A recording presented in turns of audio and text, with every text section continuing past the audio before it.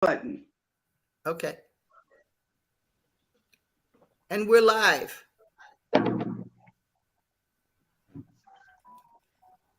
Carolyn, hello, hello, hello. Hello, hello, everyone. Welcome to the Bonga Dada show. Bonga Dada This Bonga. is the episode. Bonga Dada Bonga. Bonga Dada Bonga. Bonga Dada Bonga. Bonga Dada Bonga. This is welcome to our 17th episode. We have been going live for 17 episodes. Welcome today. We are so honored to have you here on board on the Bonga Dada show. Today we have a special guest who is a vision bearer, the Queen Mother herself, Dr. King, who is going to introduce to us what the show is all about and where it all started from. Thank you, Caroline. This is Queen Mother, and I am happy to be a part of this show. Well, where did Bonga Dada Bonga come from? It was during the month of March, Women's History Month, on the Queen Mother Speak show, where we were interviewing women from around the globe, and we were asking them to tell us about their biases. That, of course, was the theme for Women's History Month 2022. So when we got to the women of Kenya, they started talking about the upcoming election. And they were asking me, what are we going to do? What are we going to do? And I was like, listen, let me just be clear. Every year that I live in Kenya and you have an election, during your election years, I and most foreigners, we take vacation because you guys like to do strange things around election time. So we get out of the country and we come back after the election. So this will be the first year that I've actually been in Kenya doing an election. So when I asked my inner spirit, what should I do? It said to me, you have a platform, use it. Bingo! That was the birth and the genesis of Bonga Dada Bonga, Speak Sister Speak. So we opened up a separate platform and named it Bonga Dada Bonga, Bonga Dada Bonga, so that Kenyan women in politics could have a space to come and talk about who they are, that they're aspirants, what county they're from, what their manifestos are, what they stand for, and what they intend to do. Ladies and gentlemen, this is Bonga Dada Bonga. Now, before I leave, I want to tell you a little bit about Caroline, who is one of our hosts for tonight. But before I do that, I'd like to bring in Nana. Can I say hello? Can we bring you in to say hello? Huh? Hello. Okay, she wants to say hello from afar. But we have two very, not just beautiful, but bodacious Kenyan women who's going to be on the show tonight. We have Caroline and BINA. Now, they're no stranger to Queen Mother Speaks. In fact, they were in our inaugural show when we started Bonga Dada Bonga. So we're happy to have them back tonight. So who am I introducing to you right now? A lady. What does that lady do? Well, her name is Caroline, and she does a lot of things. All of you know her. Let me just tell you a little bit about who she is. Young African Leaders Institute, alumni, Caroline.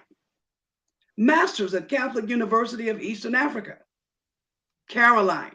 Member, County Assembly aspirant for the Ngong Ward in 2013, Caroline. Caroline is our host. And right next to Caroline right now on the screen is one and only BINA. I know BINA from USIU. BINA, you have to tell them our USIU story when you come on the show tonight. I will be popping in and out because there is a Democrats Abroad show the Queen Mother is a part of tonight. So I'm going to pop out, but I'll be popping back in. And right now, I want to turn everything right over to Caroline. Wow, it is such an honor. Thank you, Queen Mother, for letting us know where the vision was birthed from. So today, our topic is an exciting topic of beyond politics. We are all done with elections. We have been singing and waiting for August 9, and now August 9 has come and gone. Now, the next phase we need to look at is about building the women's movement beyond elections. Now, we have very special guests here with us today. Our guest here with us today, the first one that we're going to introduce is Namalwa I hope I am pronouncing it the right way. Let me just make sure that I pronounce her name the best way possible. Jocelyn Namalwa Chesoli. Jocelyn, we are so honored to have you on the show. You are looking bright and beautiful today. Tell us more about yourself, Jocelyn. I hope you don't mind when I call you Jocelyn, right? That's your name, right? Yeah, that's my name. Namalwa. I will use Namalwa. Tell us a bit about yourself and your experience about the women's movement. Tell us about you vied in which area. How was your experience vying? Was the women's movement in your Bungoma County? You're from Bungoma County, right? Was it beneficial to your campaigns? Tell us more. Thank you so much, Caroline. Thank you so much, Queen Mother. I'm so humbled, actually,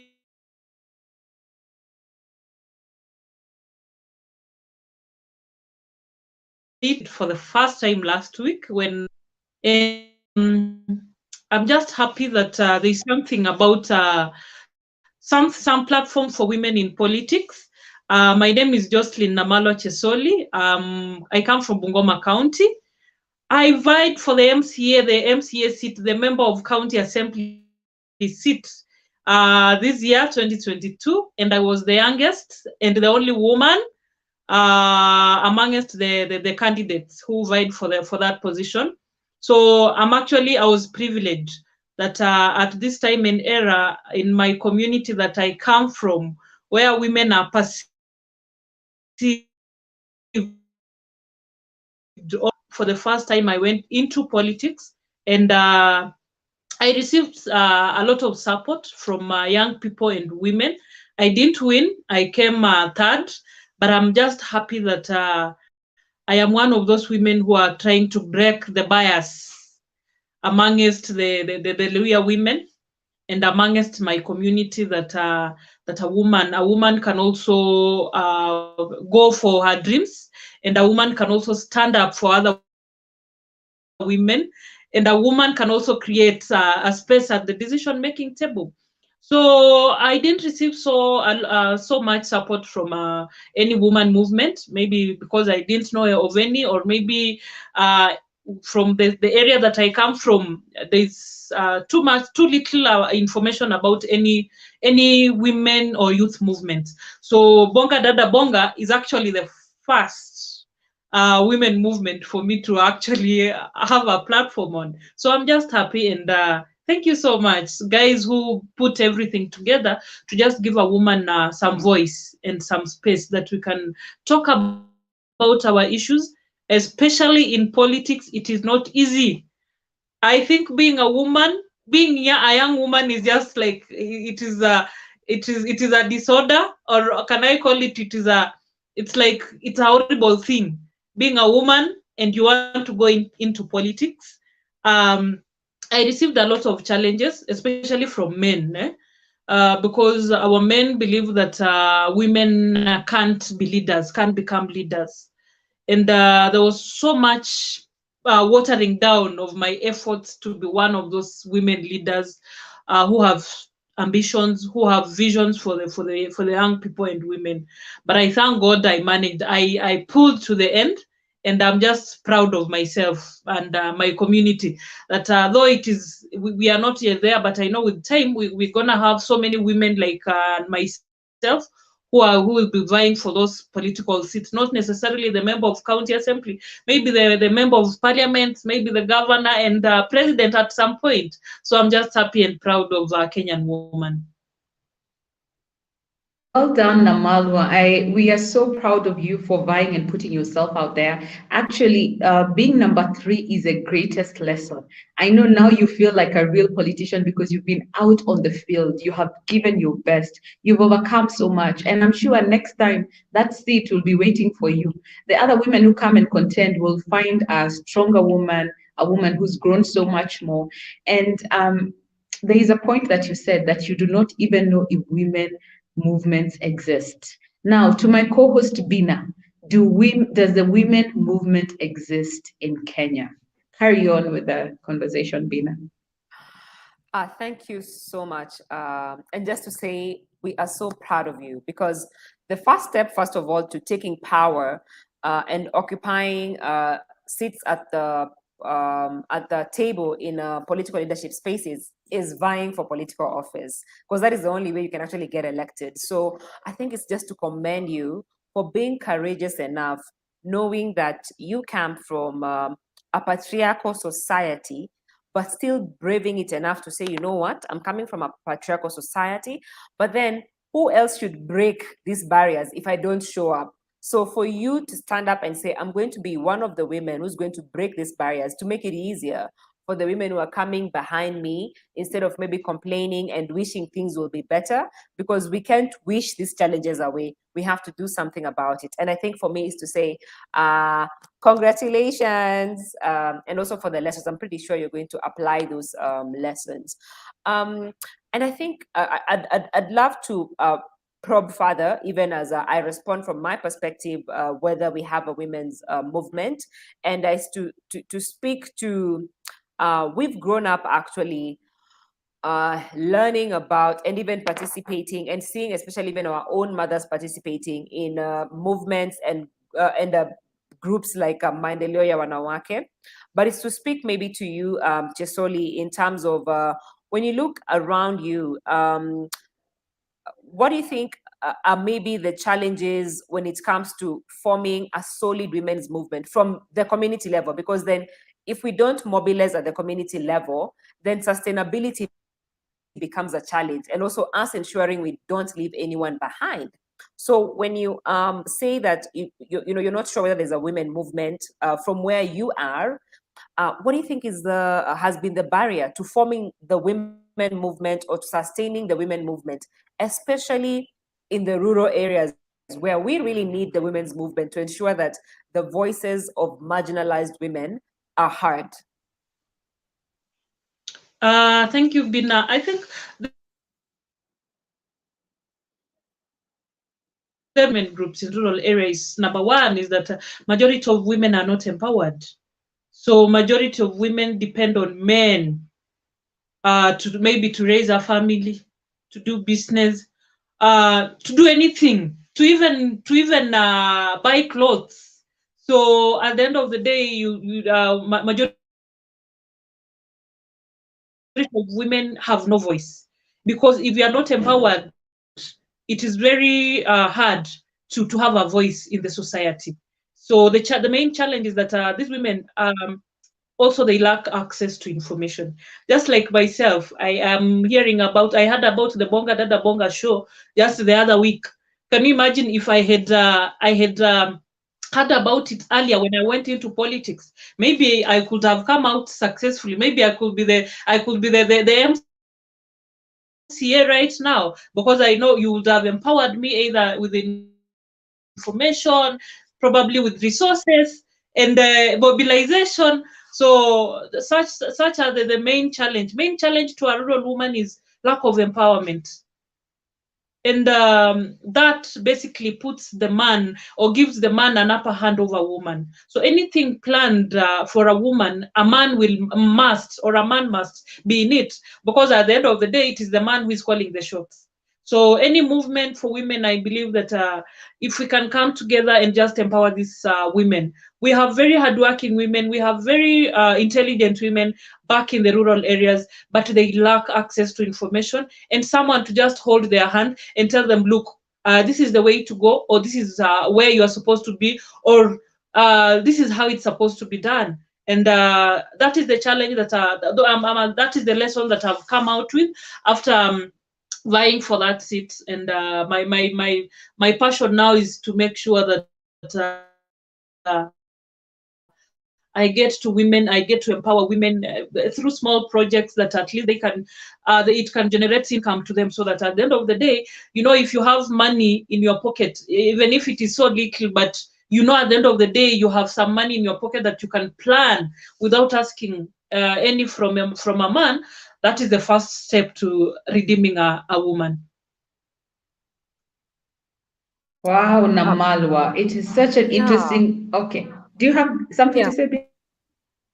Okay, wow, Namalwa, it's so interesting to know that the grassroots women in Bungoma, to hear that They are not empowered to have a voice, that they depend on men even for clothing. That means that the gap for the women movement to actually infiltrate the grassroots of the 47 counties is needed so much now, more than ever.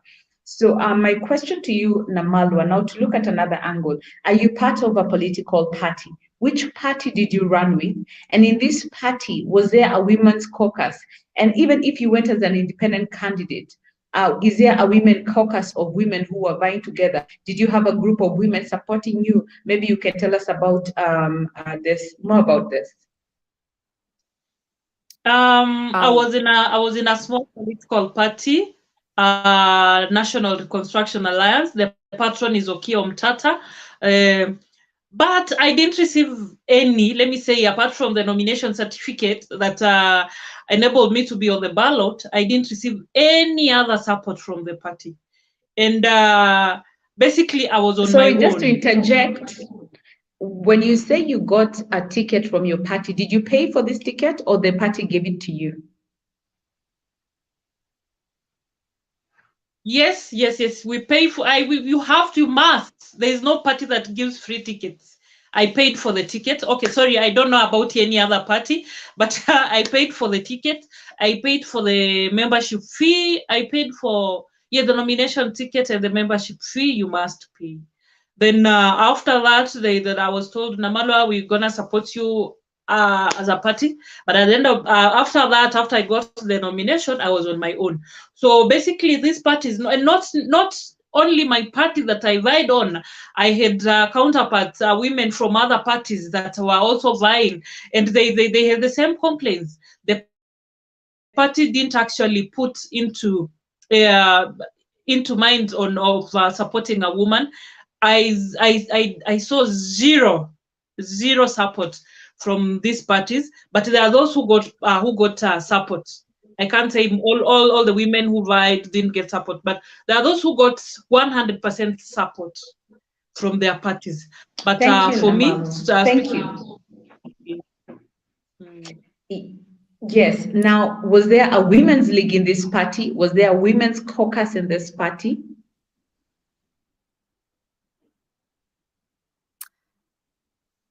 Sorry, Namalwa, was there a women's league?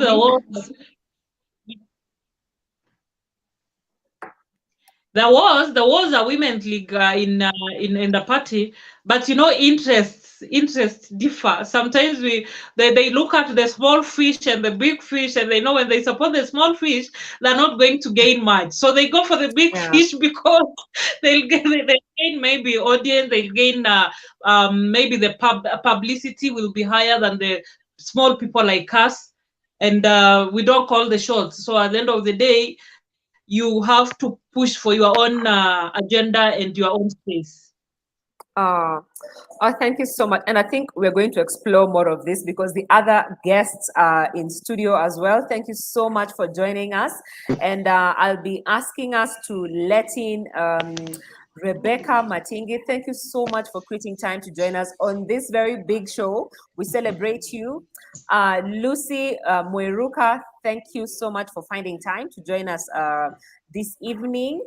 And I don't know whether we've managed to have Pininah Nandako.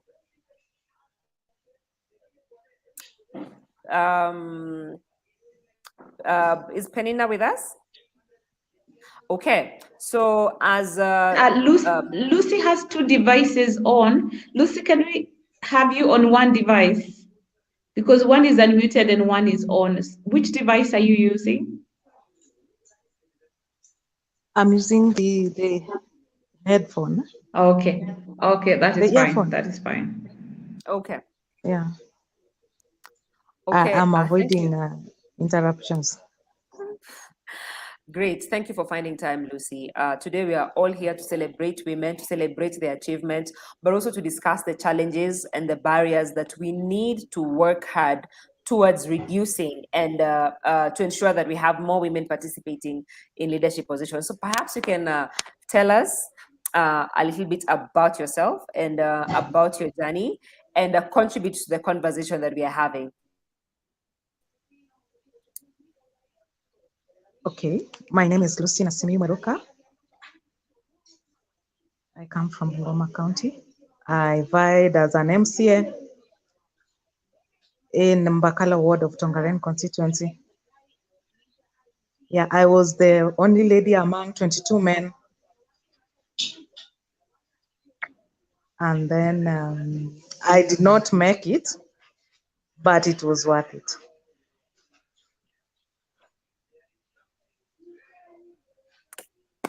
I think next time we're going to come with a bell, like a bell, and we're like, when someone just finishes to introduce themselves, oh, congratulations. I like how you end that by saying it was all worth it.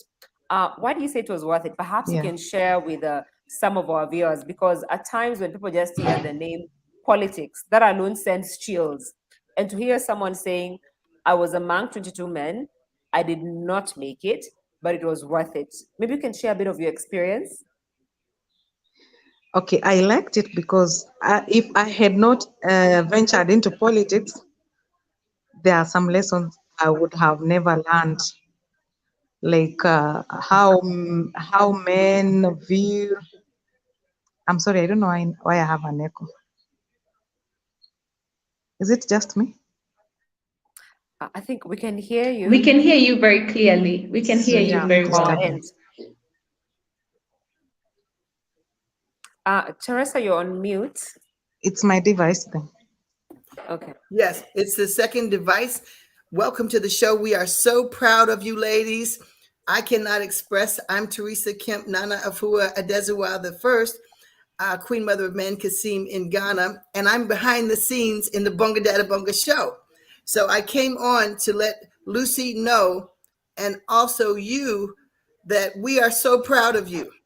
And we are backing you. We want to hear your voices. We want to hear what you came through. And we want you to know that the world is watching. So since you didn't get money this time, we have time to bring funding and call for people and other women around the world to come and assist you. And that's why we wanted to have you on the show. Not because you won, not because you didn't get to participate the way you would have liked to. Your funding doesn't only have to come from Kenya or from Kenyan women. Because if we don't step in and help you in Kenya, then when I need help in America, there will be nobody coming. But if we empower you, if we encourage you to be bold and step out of that comfort zone, then when we need help in America as women, you will be there and in position to help. But we want Kenyans to know that the world is watching how they treat their women. So if somebody wants to do business with me here in America, they need to treat their women right. They need to undergird and support these candidates that have been bold enough to throw their hat in the ring and not just have them as tokens, but support them to run all the way through to be successful. So in between, we need to help groom you, help prepare you, build what we call a war chest.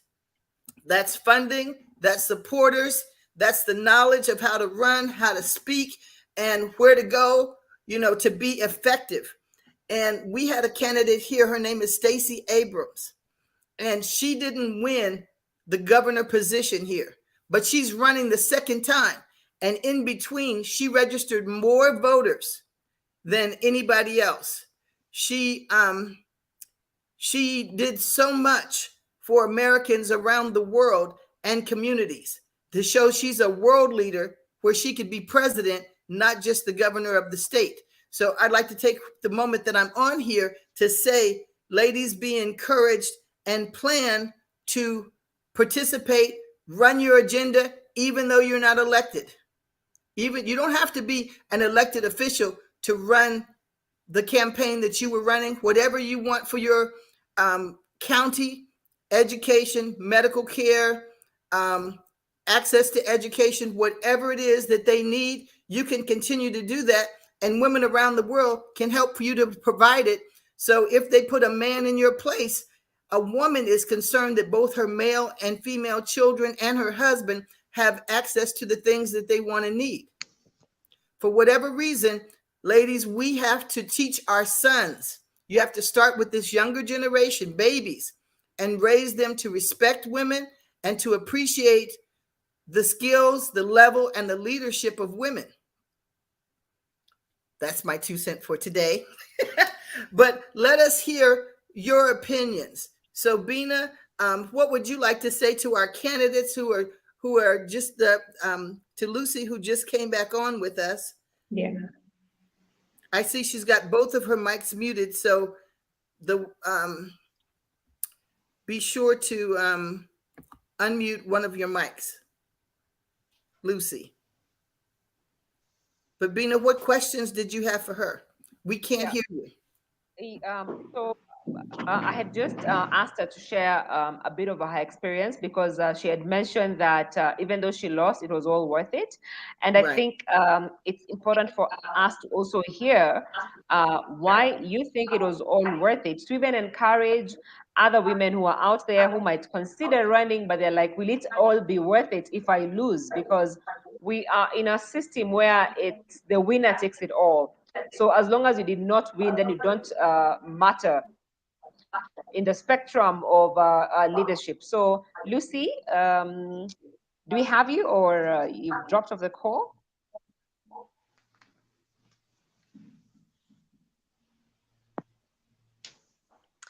And Teresa, that was so powerful. And I like the fact that you brought in the example of the Senator Abrams in Georgia. And I was reading about her some time back, and even the number of voters they have managed to register through her organization and initiative, over 800,000 voters, you know.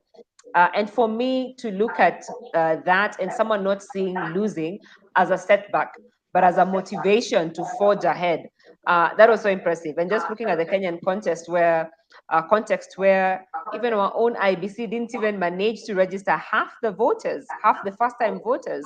So I think there's still so much work to do to contribute to the leadership spaces. So Lucy, you can hear me now? Unmute. I can hear you. Oh, great. So you're just beginning to share your experiences. Welcome back. Okay, thank you very much. Let me start by introducing myself. I said I'm Lucy Mweruka because I went off air. I am a teacher of special needs. I specialize in sign language. And currently I do business and mainly agribusiness. So as I said earlier, I vied in Mbakalo Ward of Tongaren constituency. So I said I didn't win, but it was worth it. Because if I could have not ventured into, hey, it's irritating. I can't. Are you able to log out from one device so you can remain with the one you're speaking to? Then you log out from the other one. Oh, so if okay. you have two phones, or a phone and a machine, just log out from the other one, then remain with the one you're holding, the one where you plug in your earphone. I think I just have one. Okay, let me just. Yeah, Lucy, also we can hear you very clearly. Thank you. So, I could have not ventured into politics. I could have not known what the society looks at when they see ladies there. There are very many experiences I went through. I'm married. I have a family. So I had to, yes. Is there someone else who's listening with you from a device next to you? Because if they've logged in and they're in the same room with you, that could also be causing the echo. So if there's someone else who's logged in on the show and they are either in the same space with you, that could also cause that. Otherwise, from our end, we can hear you clearly.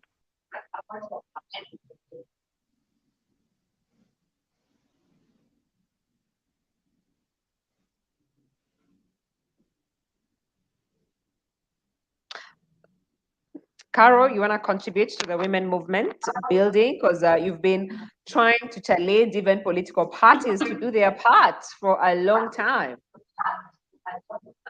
I think Lucy is back, but as we wait for her, I think I'm trying to go back to my most recent. You know, when I went for MCA, that was 2013. Lucy, we'd really love to hear your experience. We can hear you loud and clear, so maybe you can just continue with telling us more about. So Okay, Lucy, the I topic of experienced today. different.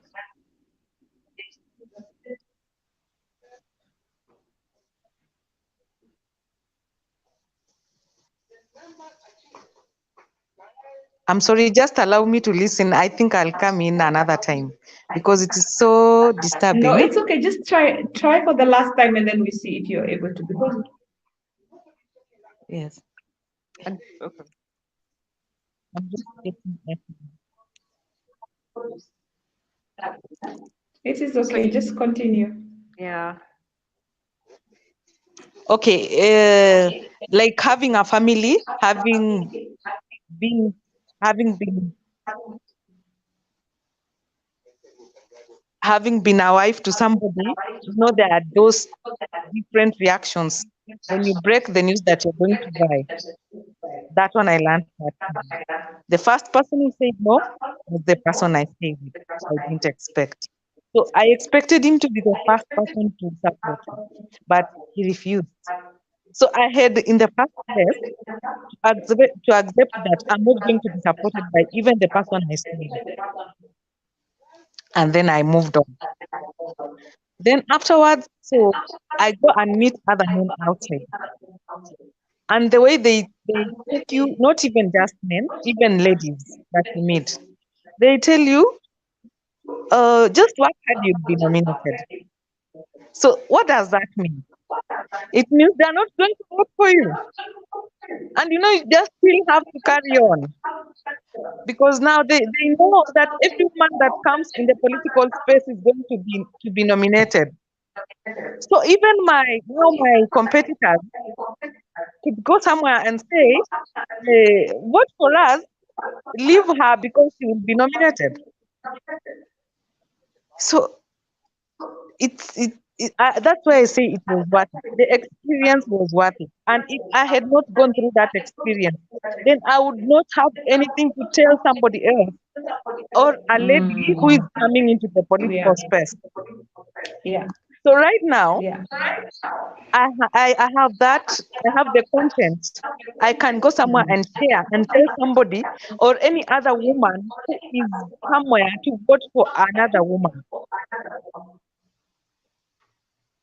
And I think it really prepared me right now. So, like right now, I'm just praying that I get a platform whereby I can address these women and tell them that if you see a lady coming into the political space, she's not looking for a nomination seat. We are also struggling for those seats that those men are fighting for. Thank you, Lucy. Lucy, just to highlight, our topic today was about beyond election, building the women's movement. And from what I hear from your story, both men and women were not very supportive. And one thing that you have highlighted is that you're looking to be given a platform. And I really want to encourage you, Lucy, that maybe you can come together as a group of women aspirants and actually create your own platform. Because, you know, we live in an era where you will not be given a seat on the table. You have to create, you actually have to make your own chair and bring it to the table. So probably it is good to look at the fact that maybe you could create your own platform. And now another angle we would like to find out is, do you have a women's movement that is supportive to your political ambition? And also, which political party did you vie with? Did your political party have a women's league? And what the women's league, did you make friends? Often, the women's league support can be competitive. Did you find a way on how to engage the women's league or the women's caucus in your party? And how are they beneficial or supportive to your campaigns? Especially now that you say your own spouse was not supportive on on your campaign. Okay, one thing I know is that those women movements are there, but I won't say that they were supporting my campaign. I think I was also introduced to SIDA. In fact, we had a training. We really expected them to support us in a better way, which they didn't make. they just called us the last minute to tell us that we take our agents for training. I think it was 2 days to elections. So, we are coming from very far. Sending an agent from here to Nairobi in 2 days' time, I think hata hangefika, ingekuwa ilishaisha arudi kufanya kazi. So we really waited for a very long time, and then they tell us at the 11th hour so that tell us to transport our agents to go and be trained. So I wouldn't say that like those movements have been supportive to us. They are there, but they have not been supportive. And then I vied on Jubilee tickets, but even Jubilee tickets, we followed up their support. Up to the 11th hour, they called us in Kisumu. 1 week too, they gave us 100,000.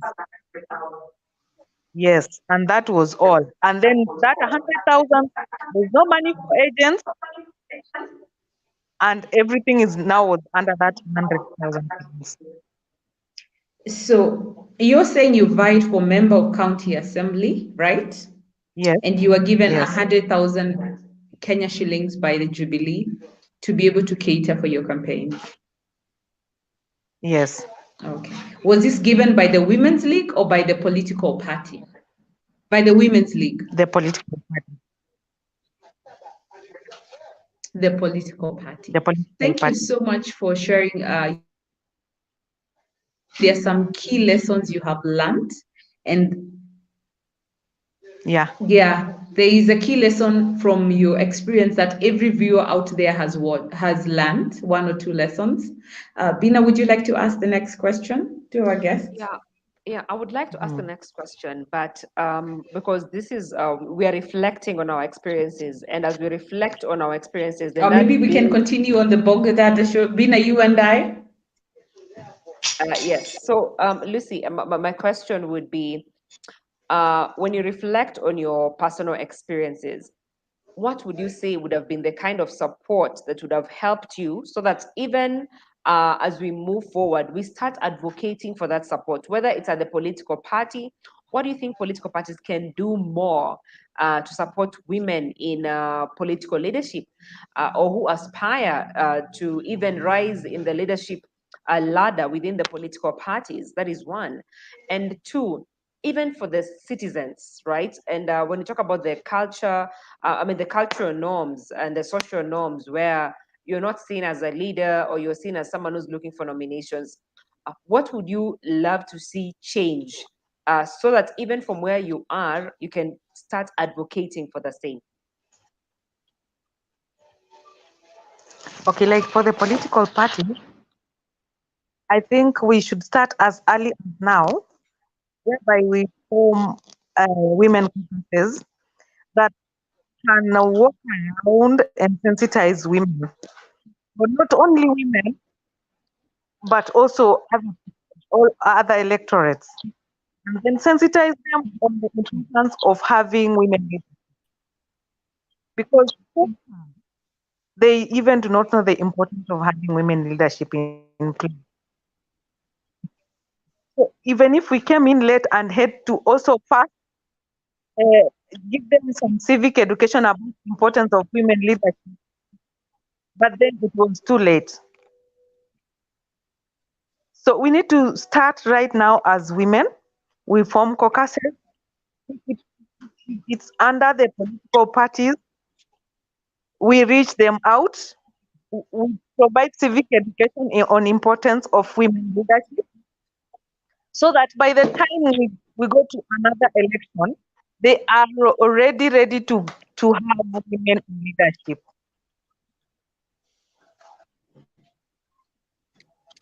Thank you so much. Chesoli, what are your thoughts, even as you listen to Lucy's experiences? What are your thoughts in terms of what needs to be done?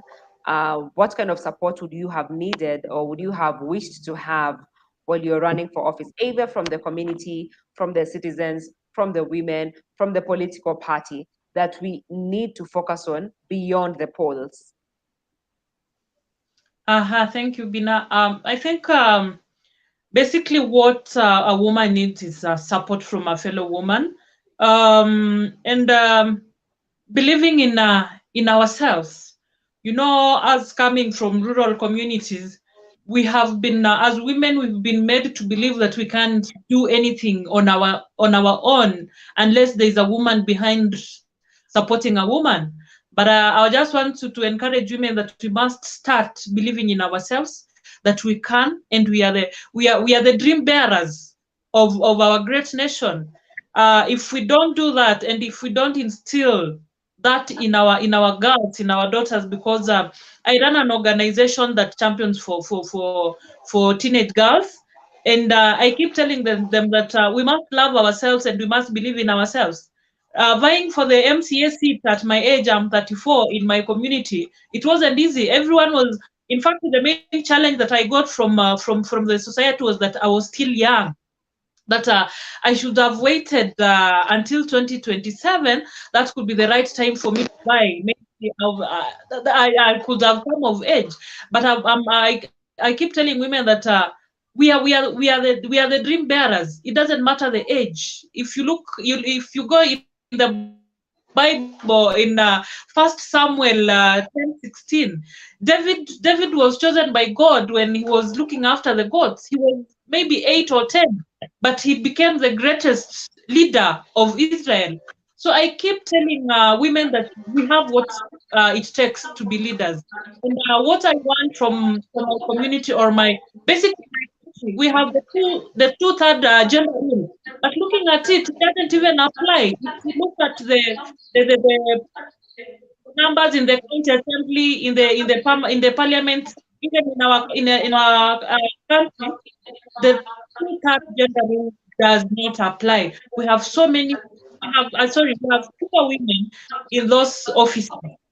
So I'm just calling on our leaders who are already there and are the majority men, that they should actually look into the two-third gender issue. Women should not just be treated in a catastrophic way that, oh, wait, oh, we shall see what we'll do for you. We are not begging. We are bringing so much to the table. Look at it, my dear sister. If you look at families, the families that are thriving, we have women behind those families. So why is it so hard for the community not to believe in a woman, yet it is the same woman who has kept the family? So I just want to ask the society, the country. I keep telling my mantra is that the present is still open. Whether you like it or not, it is our time as women to take the lead in this political space. So I wish that we are many of us, and I know together, because we started this movement, that all women should be brought on board, so that we have the numbers. You know, the numbers can do the talking, not our faces. When we have numbers, we have all it.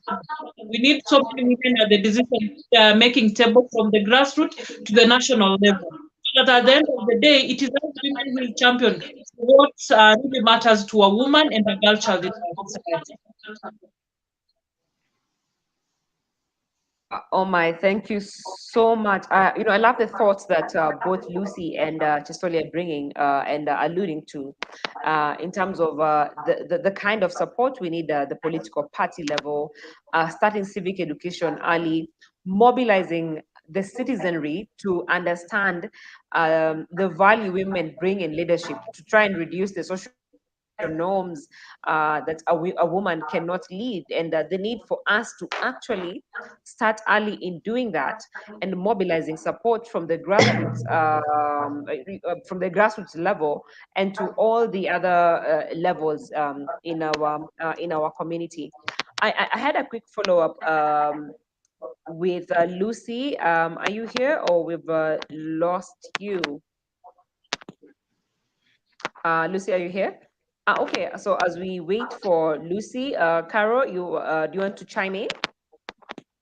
Yes, thank you so much, Namaloa, for sharing your passion. The viewers can feel your passion. They can, they can almost touch your passion. And truly, the sky is no longer a limit, my sister. Aim, go for it. There's no such thing as too young, because when I went for MCA in my 20s, they said I was too young. Even in your 30s, you'll be told you're too young. In your 40s, you'll be told. So it's not really, it's not about age. It's just a deterrent.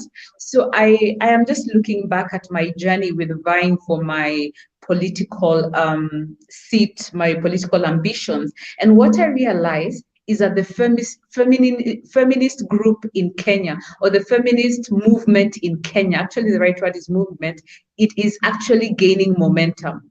The civil society movement in Kenya has been known to move mountains in this nation. So if the Kenyan people, and majority of these change makers in the feminist movement are of course women, majority of those in the civil society who are making strides are women. They are the women in the center of this movement. So when I look at the transformations and what they have achieved, this goes to show that clearly we can have a women's movement in this nation. But movement does not come with majority. Movement can even just take one person, two people to be on fire and set everybody else on fire, to be passionate enough to say enough is enough. We are having a women's movement, not for civil society, but a women's movement for women in politics.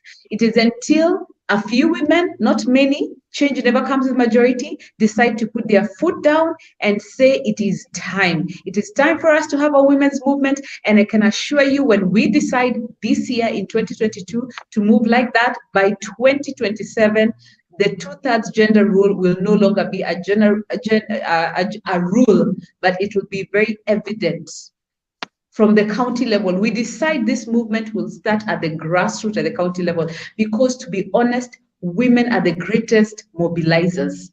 There is no president, governor, senate, or any big seat that has ever been won without movement, without women. Women are the ones who wear the lassos. They dance for the leader and give them the seat. Actually, when you talk about kingmakers, when you look at it deeply, you will come to see it is women who decide who the king, who the leader will be. So it is about time that empowerment moved from the angle of just empowerment for information, but empowerment to movement building. What are your thoughts, BINA? I love that, because when you say that, and we work with Chama women who have a very huge following, grassroots women who organize in merry-go-rounds, who have a very huge following in the groups that they belong to, and just in terms of influencing opinion at the community level. But then you find that even these same Chama women sometimes don't even take leadership, even in the Nyumba Kumi level.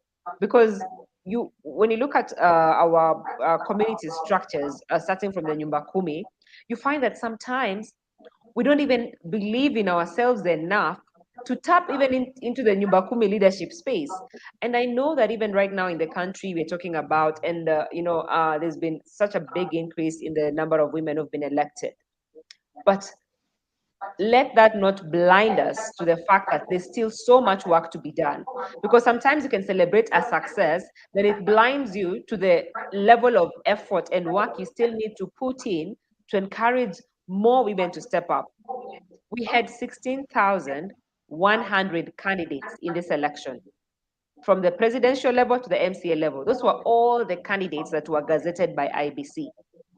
Women only accounted for 1,962. 14,137 were men, and one was identifying as others. So you're seeing the numbers. So while we're celebrating, we didn't even have a fraction of the 16,000 running for office as women. So if we start just, if we just put the picture here, and if we let the current picture blind us to the work that we need to do, then in the next election, we might have fewer women running for office. So I think it's to look at the gains, but then look at the gains against what more do we need to do? And even for the women who lost, how do we journey together? Because Chesoli, you came in third. You had people who believed enough in you to wake up in the morning and vote for you. How do you continue inspiring them? How do you continue journeying with them? How do you ensure that they are empowered enough to hold the current leadership accountable to everyone? Because once you win, you're a leader for everyone. So then how do you continue? Because at times we might feel aggrieved that the leader we wanted did not win, but at the end of the day, there's a leader, and that leader needs to serve all our interests. So there's still so much to do, even with the candidates who did not make it, to ensure that we push for better public service delivery in this country. Yeah. So I think for me, from where I stand, Carol, it's to ensure that even after we lose, we don't go back to, oh, let me sit back and wait for my turn, you know. And I think I just want to also thank all the audience that is tuning in. Please, would love to read from you in our comment section. Let us know what you're Please thinking about. comment. Tell us, viewers, comment. Tell us, what do you think? What are the practical steps? You know, BINA, I'm just listening to you and I'm thinking, okay, BINA, you've been in this space for long. Tell us, what do you think are for instance, the 3 key steps to building a cohesive and united women's movement in this nation? And also Namalwa, tell us the 3 practical steps that you believe that it takes to build a women's movement in Bungoma County, county per county. BINA and Namalwa. I think for me, number one, I'd love to speak to us organizing and mobilizing our numbers. I mean, most of the time when I hear women talk about their biggest challenge in elections and participating in politics, they allude to, we don't have money. You know what? Yes, we don't have money, but we have numbers. How are we organizing those numbers? Because majority of the people who do door to door are women. Majority of the people who actually wake up in the morning and vote are women. So we don't have money, but we have our numbers. So how are we organizing our numbers? How are we mobilizing our women to understand that we only have each other? We don't have anything else, but we have each other. That is number one. And then number two, it's how are we centering our issues to ensure that even when you belong to a political party, they understand we can do everything else, but this is our challenge, right?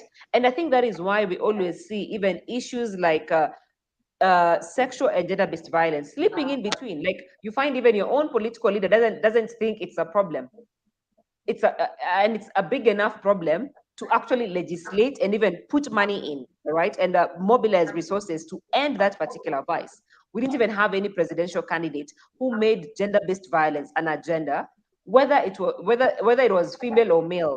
We didn't even have any political party run with gender-based violence as one of the agendas that, you know what, when we win office, we want to curb this menace, because guess what? It affects many women. And gender-based violence affects even our ability to engage productively in growing our economy, right? Look at the money we put into managing and mitigating gender-based violence in this country. It could go into better use, right? So when we don't center our agenda even within the institutions we belong in, then we are forgotten, right? So that is number two.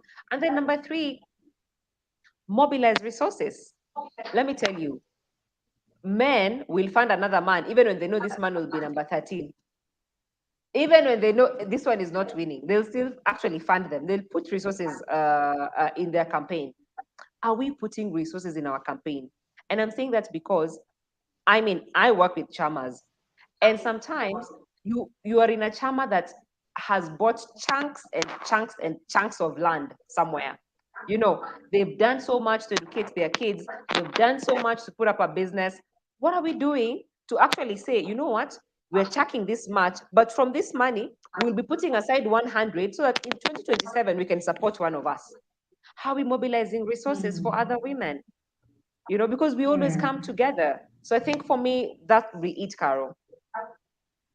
Thank you so much, BINA. Hear from Chesoli. I really love your point, how you said your point number one is that all we have is each other. Thank you so much for highlighting that. Yes, Namalwa. For me, I've always had three pointers, and that is engage, educate, and empower a woman. Engaging a woman basically is bringing women together. As my sister has said, that telling women, look, we have one another. There is no one else who is coming. So engaging women and just creating this movement together that look, we have no home, let us build our own home as women and to educate them. You know, for me, I've gone through so much in my political journey. Mpaka where I sit, I'm thinking that by 2027, I should have a political party specifically for women who are vying for political positions, so that women don't go through what I went through. Because all political parties, they charge a lot amount of fee for any aspirant to buy a ticket. But I'm here looking at young women who might come from Turkana, maybe Bungoma, maybe in other remote areas that cannot afford to get the nomination fee or the membership fee, but they have the willingness to buy or to bring leadership to their society. So for me, I'm educating women that look, we can also have a political party in this country that is specifically supports a woman. And that will mean that as women, we will now put the resources together for all the women that will be vying in that political party. That they don't again struggle looking for people to support them or to support them. Then the third is to empower women. Looking at how our economy is right now, I do business, I'm self-employed, I'm in branding, and I'm struggling because most of my time I was away doing campaigns. Now I've come back to my business, but there's not much I can do because still the country is in political environment. So I want to look at this as that we can empower women. We have institutions that are giving funding to women, like the way you said the bonga, my sister Teresa said we start looking for funds. But in Kenya we have women fund, we have youth fund, we have welfare fund. How can we now harmonize or synergize so that women can get this, they can get this funding so that they now thrive in their businesses, in their working spaces. By 2027, women should have money. We shouldn't going to men asking them, please support us. We need our own resources so that now, if there is no space for a woman at the decision making table, it is our own table because we have what it takes. It is basically engage, educate, and empower women. Thank you.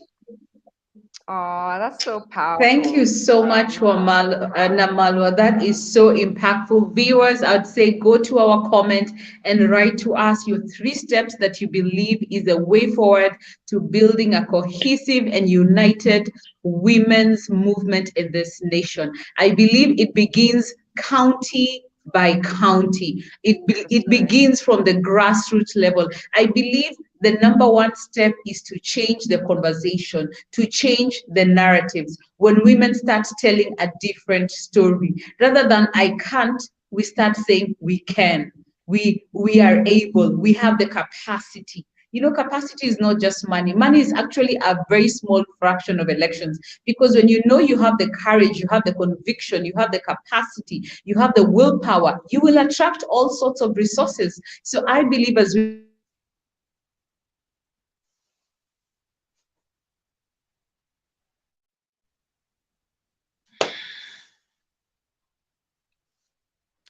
I think we've somewhat lost Carol for a moment, but I just want to thank all the listeners, all the viewers. Thank you so much for joining us. We'll still be going back to our comments to read from you how you think we can actually encourage more women to participate effectively in leadership spaces. What role do you commit to play so that we just don't delegate this to institutions? Because at times we like saying it's up to the institution, it's up to the NGO, it's up to the activists, it's up to all of us to create an enabling environment for women to participate effectively and competitively, because they have a lot to bring at the leadership table and for us to accommodate diversity. So we'll be looking forward to your comments. I think I just want to thank Queen Mother so much for creating this particular platform. I'm always inspired by your journey from USIU. When I first met you, because I used to work in the business block in USIU when you were lecturing there, and I'll just hear this amazing voice, someone worshiping in the morning at 7 o'clock. Yeah, you know that, Teresa? And one day I just decided, you know what? I'm just going to invite myself in her office. You know, I'm not a business student. I am not in any of her class, but I'm like, who's worshiping at 7 o'clock in the morning? And classes at USIU begin at 9. And when I got in, she was like, oh, it's a beautiful day. I'm like, first of all, it's so cold and I'm not even feeling beautiful. How is it a beautiful day? And she's like, no, it's such a beautiful day.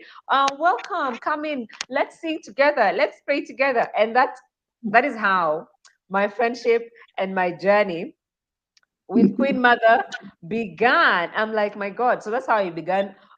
Sometimes when I'm feeling low, I'm like, I know where I'm going to fuel my energy. So I'm just like, oh, just passing by. But I was not just passing by. I'm like, let me go see if there's some church today on the business block. So thank you so much, Queen Mother, for being consistent and for being committed. Thank you so much for strengthening your shoulders, for us to step on your shoulders. And I hope platforms like this, and thank you for having Teresa on board. It's a pleasure to meet you, Teresa. And thank you for all you all do. And I'm hoping that we can also strengthen our shoulders for the women who are coming after us to step on them. So you've guided us well, and I hope we can take it up from there. Thank you so much. Yes. And Chesoli, Asante Sana, keep doing the amazing work where you're doing it. Well, I just Thank you. want to say it's a blessing, a privilege. And again, this whole thing started because people were saying to me, what are we going to do? Well, I'm an action girl. I'm an executioner. I believe in making it happen. And Teresa over there, she believes in making it happen even more than I. So together we are formidable too, not only in America, but wherever we put our foot down. We are very, very, very formidable.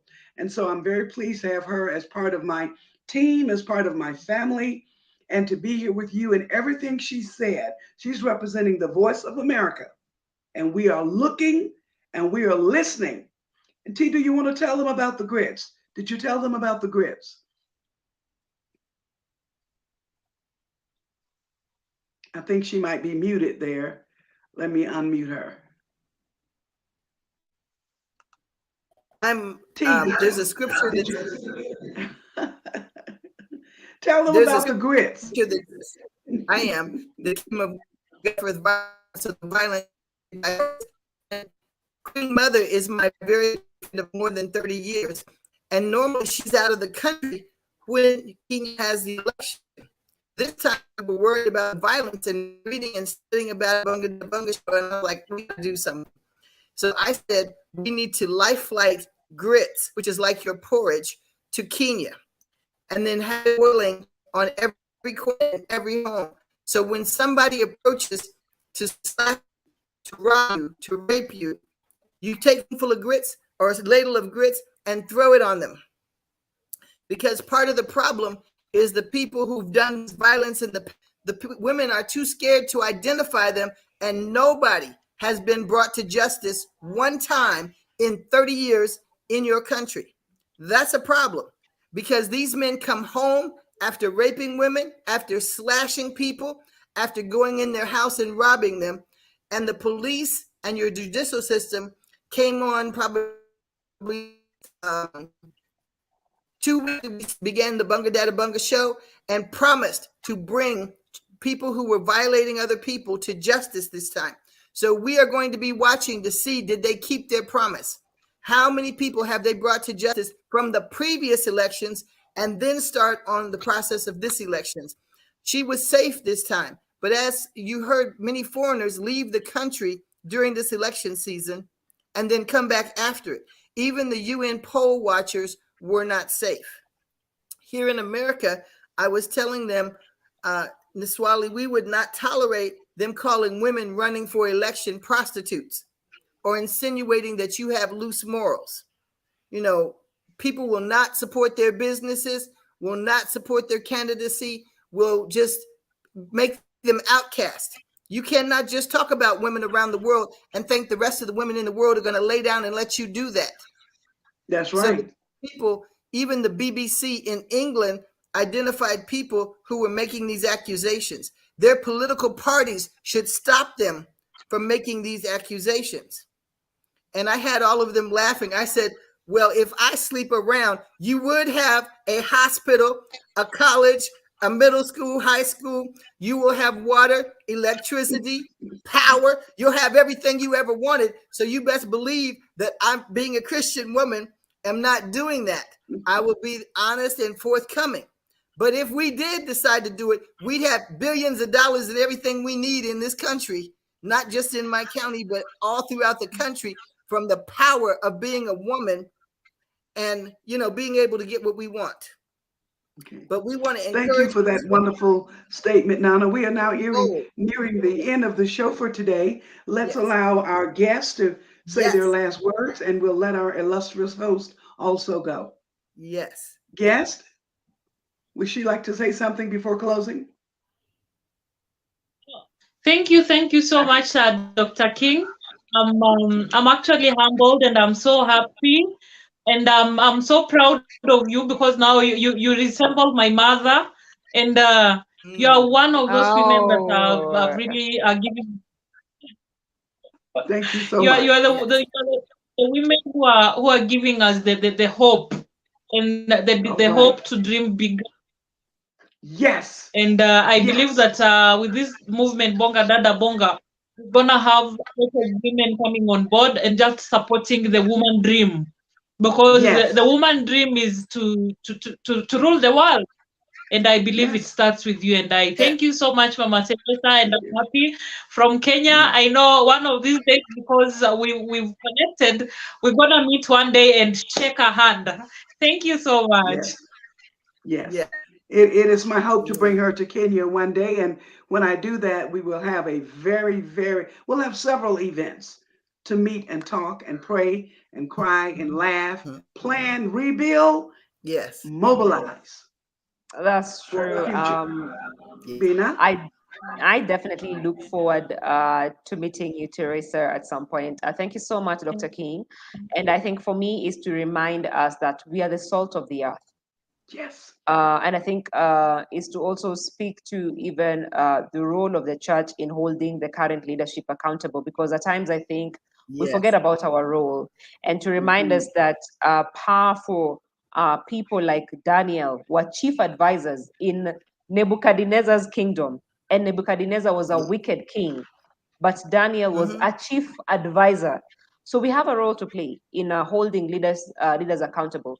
And kings like Nebuchadnezzar would rely on the wise counsel of Daniel before they make a decision about the kingdom.